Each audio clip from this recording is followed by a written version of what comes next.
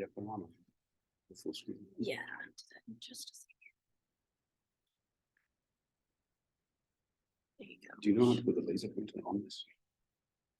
On the screen itself, Yeah. I do not. You don't? So what do we use this? Yes. Yeah. Oh, okay, let's go. Thank you, Brian. Good afternoon to everybody. Great pleasure to be back here with almost full attendance after a few years of COVID and Zoom and so on and so forth. So I'm pleased to be able to talk to you a bit about the effect of field cycling on HZO happens-up-named capacitors. So my name is Barrett, I come from the CEA, French Atomic Energy Authority. We're based in, my laboratory is based in Saclay, near Paris. This work obviously is collaborative. Here are all the people who did work. In red, the PhD students, Wassim Hamouda, who's now in Berlin, Terry Francois, and Furkan Mehmood, now working for Global Foundries. So collaboration between two CEA institutes, NAMLab, and that's where the ferroelectric hafnia was really discovered, and the people running the beamline at the Spring 8 synchrotron in Japan. So what is at stake? We talked a little bit about this yesterday. If you go beyond this obstacle of the von Neumann architecture, and you think about in artificial intelligence applications, then really what we're talking about is edge processing versus the cloud. You know, to what extent do you depend on data transfer back to the cloud, processing in the cloud, then retransmitting the result to your edge device? And this is a similar sort of bottleneck. If we really do want to have intelligent, mobile, portable, wearable devices for all sorts of applications, be able to sense, be able to evaluate, learn, and then take decisions without having to refer back to some kind of centralized CPU, then what you need is the capacity of doing computation on the edge. You need non-volatile storage capacities. And the way to do this is to bring the memory and processing units as close as possible together. Ideally, what you want to do is in-memory computing, where your non-volatile storage also has a certain amount of logical functionality.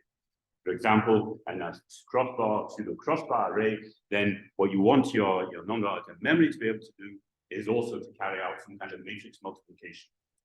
So that's what we need, and to do that, you therefore need devices which are non-volatile, and they need to be as well very low power, and have a very low latency for quick decisions, turnaround, and learning times. And ferroelectric hafnia is therefore a serious candidate for these devices.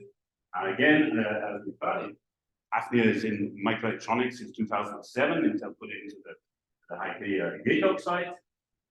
If you get the processing conditions correct in terms of dopant, in terms of temperature, and finally in terms of strain, then instead of going into that monoclinic, non-polar structure, you can end up in the polar orthorhombic structure. And this is the phase which is being used in the ferroelectric device. When you do that, then you can make all sorts of devices. Here there are three on the right, which are shown: phi caps, ferroelectric capacitors. You can use phi FETs, ferroelectric field effect transistors in the most simple form, what they're put up here. And then finally, there are also ferroelectric tunnel junctions, where in fact the polarization will modulate the tunneling barrier, and there's more like a resistive memory.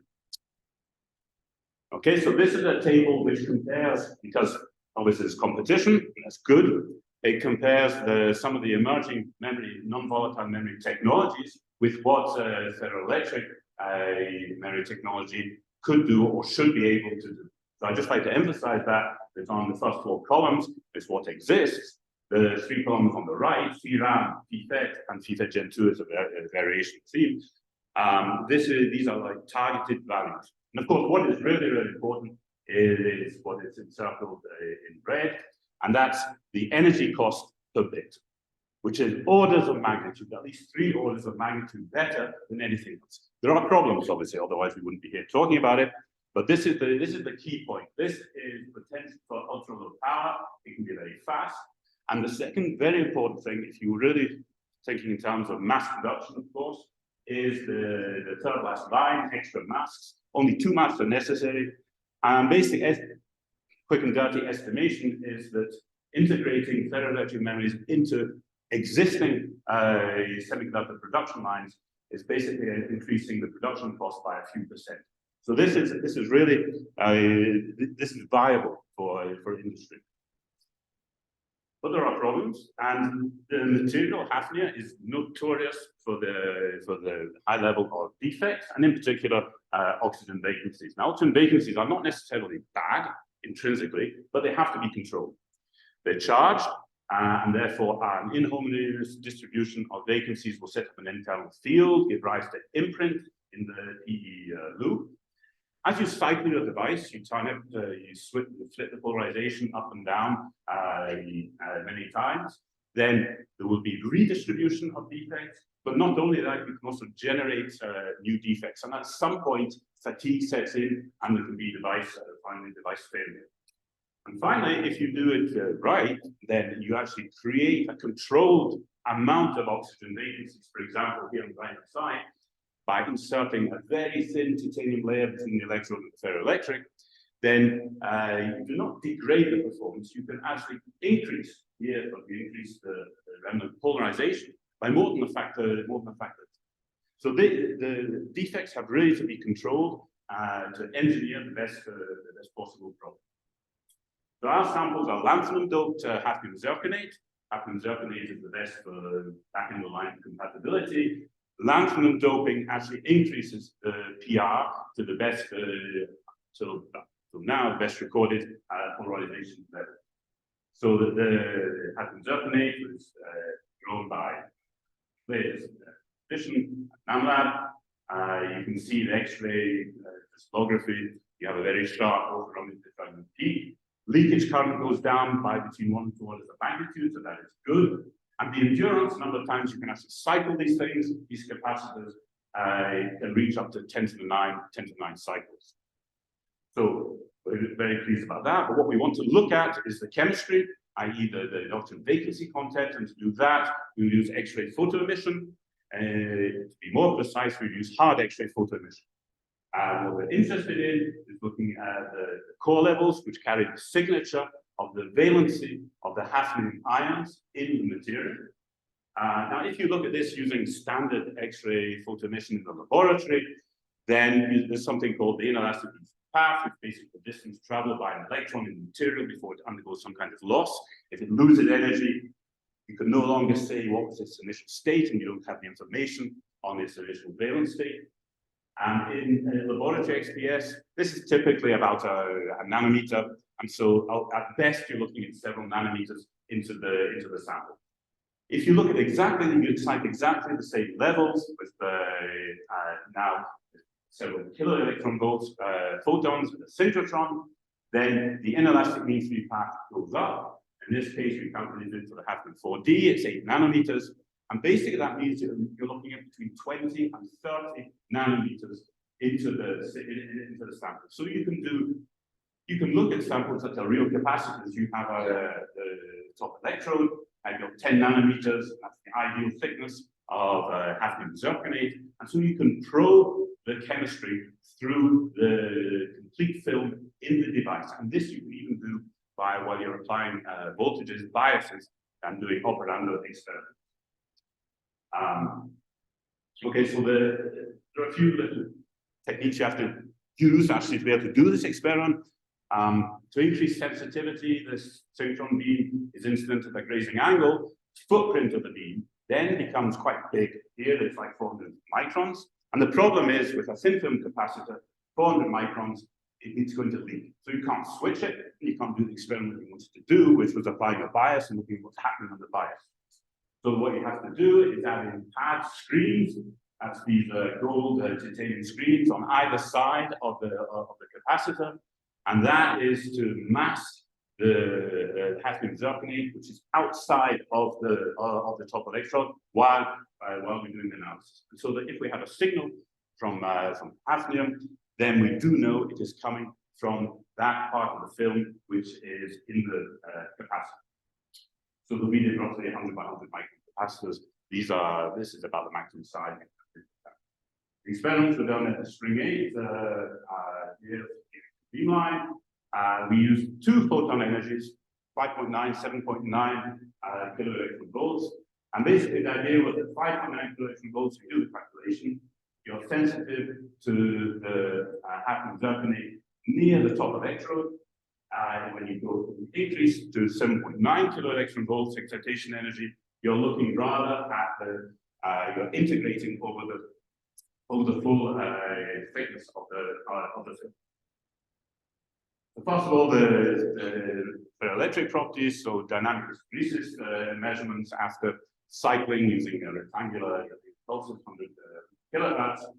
You can see that the initial state in the middle, you have the black loop, so this typical pinch to hysteresis curve, and then as soon as you cycle and go through the wake-up process, the curve is unpinched, and you have a very nice, nice square and almost symmetric hysteresis.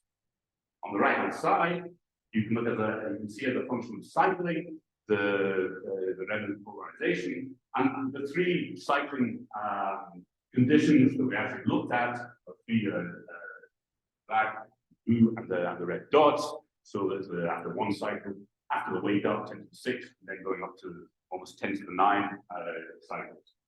What you can see on the table is that the leakage curve is going up all the time, but it's quite subtle what's happening, because whereas leakage is increasing with cycling, if you look at the endurance curve, the polarization as a function of cycling, but first of all, the polarization goes up, the memory window is opening, and only after 10 to the 6, 10 to the 7 cycles does it start closing down. So there is not a linear correlation just between leakage and energy.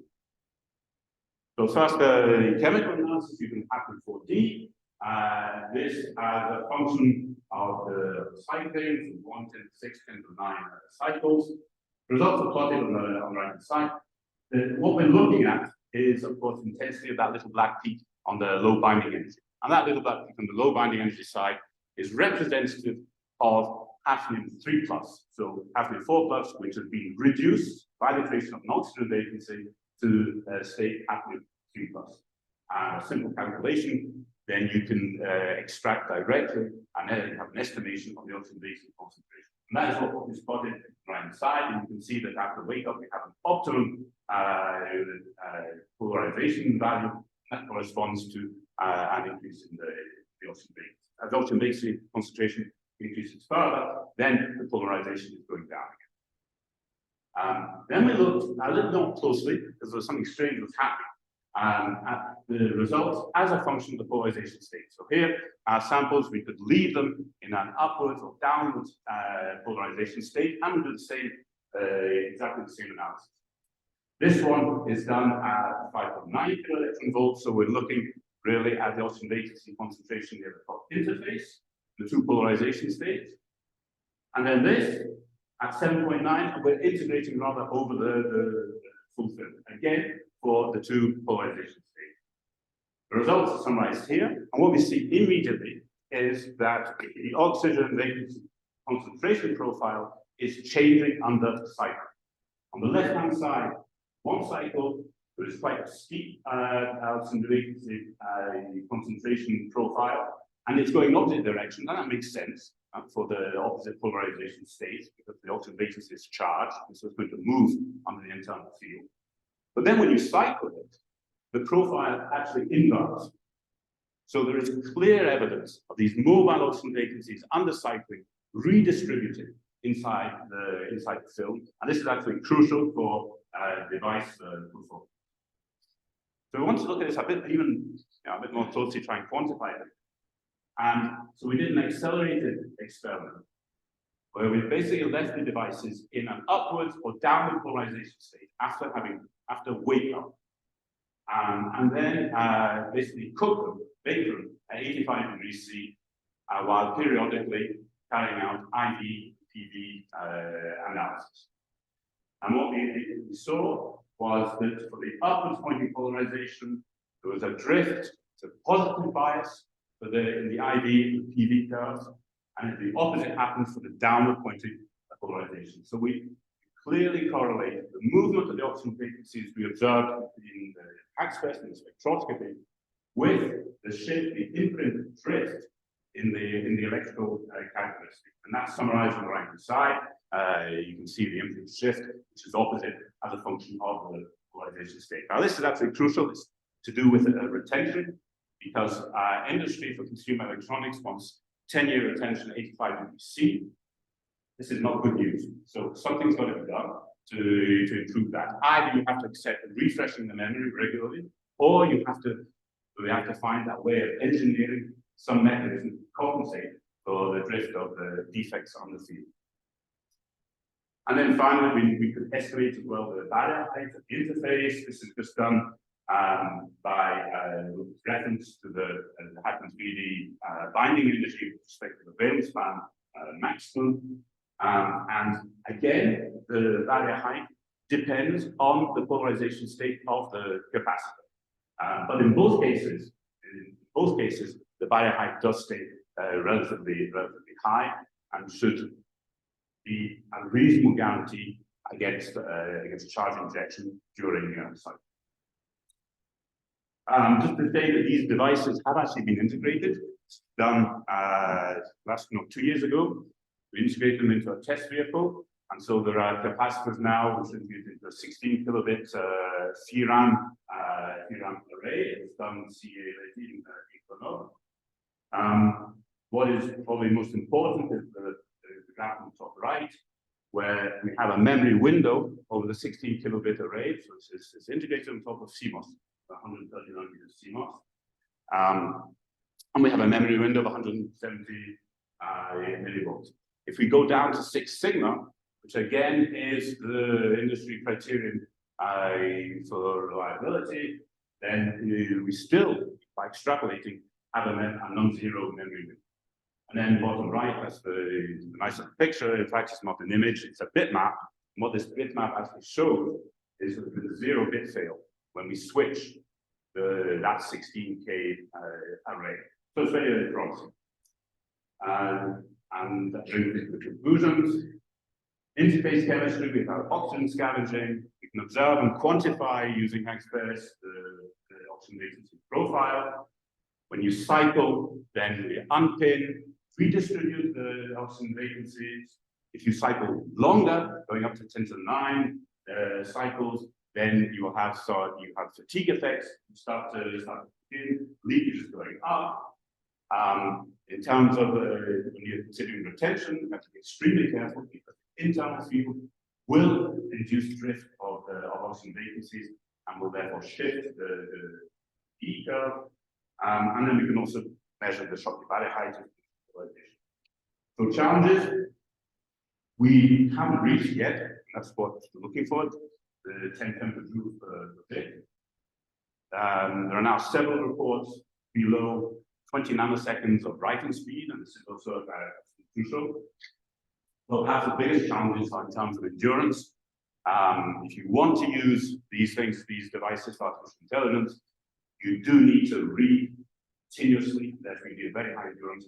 10 to 11 is the absolute minimum. 10 to 12, 10 to 13 is probably more realistic. And you also need to have, for edge applications, then you need to have a very good retention. And if you do that, then you may have a perspective for very ultra-low power devices for artificial intelligence. That's just obviously people who want to join us. We have several positions already funded. So please tell me if anybody is interested or you know people who may be interested. Be very welcome. And thank you for your attention. Thank you very much. So, session for questions.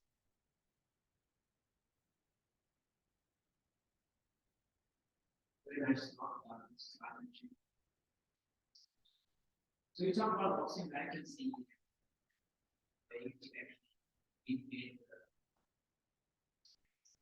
But that was another